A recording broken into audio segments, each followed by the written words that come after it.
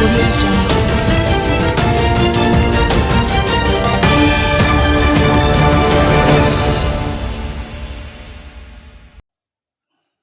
Webby, former GraceKennedy CEO and government minister, dies.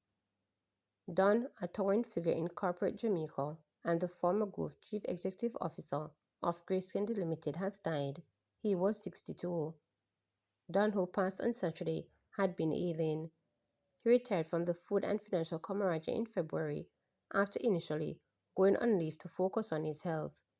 During his tenure as Group CEO from 2011 to 2025, Don more than doubled the company's revenue from $58 billion in 2011 to $155 billion in 2023, the company said in February.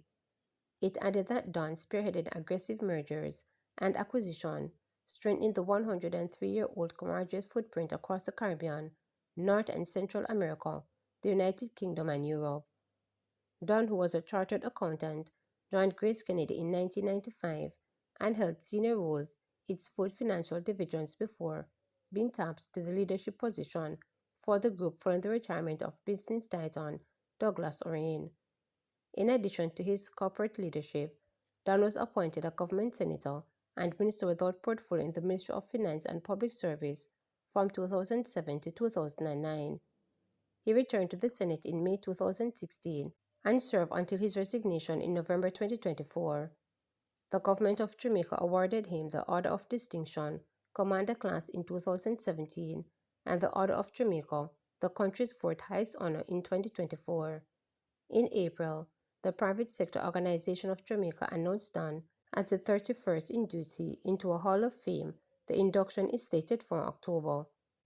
Under Don's stewardship, GraceKennedy was awarded an RJR Gleaner Honor Award for Business for its positive and exemplary corporate leadership and expansion in 2021, despite the challenges of COVID-19 pandemic.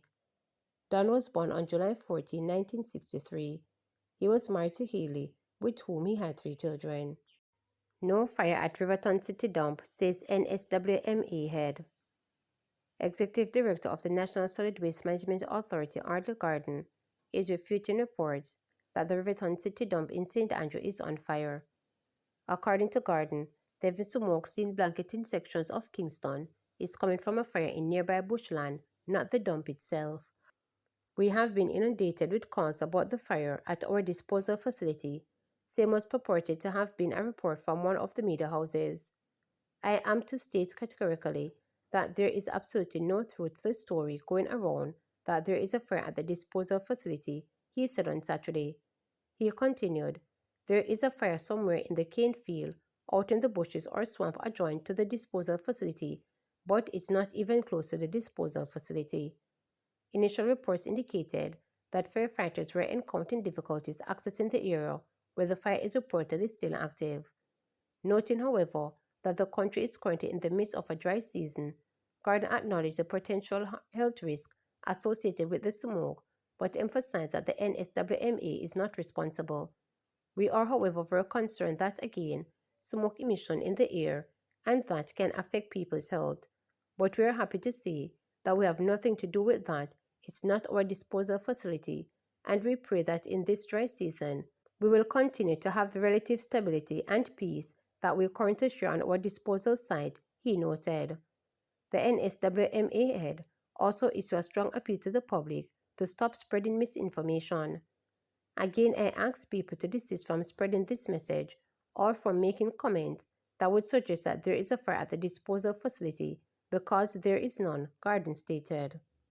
Health Minister Dr. Christopher Tufton defends billion-dollar expansion project at Savannah Lamar Public General Hospital. Health and Wellness Minister Dr. Christopher Tufton has sought to defend the $1 billion expansion project at the Savannah Lamar Public General Hospital in Westmoreland. Under the 3-phase project, which is slated to start later this year, upgrades will be executed on the Accident and Emergency Department. The 29,500 square foot expansion is designed to better serve residents of Westmoreland with trauma rooms, recovery wards, CT and X-ray scans, physiotherapy, clinic, and more comfortable waiting areas. Speaking at the project's unveiling ceremony at the hospital, Dr. Tufton sought to address those who might question its timing. In recent weeks, the government has been criticized, especially by the opposition, over the number of ribbon cutting or groundbreaking ceremonies being conducted ahead of the general election due later this year. Dr. Tufton explained that the risk profile of Westmoreland residents is more severe when compared to past years, so the government is ensuring that health services meet the current demand. He also noted that the plans for the hospital's expansion project commenced over a year ago. Why no? Because the truth is, yes, there's no time like the present, and better now than never, and I'm prepared to say that to anybody. But today, the risk profile of the parish, meaning people who are likely to demand hospital services, are linked to a range of things that were not as severe as 10, 20, 30 years ago, including the fact that technology and affordability has afforded us the opportunity to drive on the wrong side of the road or ride in the middle of the white line going on nights because we're either intoxicated or otherwise. And every day, 4 people end up in A&E from bike accident with broken bones because they never wear a helmet. If you take it decade by decade, we should have kept pace either on controlling demand for health services or indeed providing more of what is required to serve on the demands that are there. And in fairness, we will say that we never did that. So we have to cut ribbons and we have to break ground. And the government has been resolute in that, and we make no apologies for that.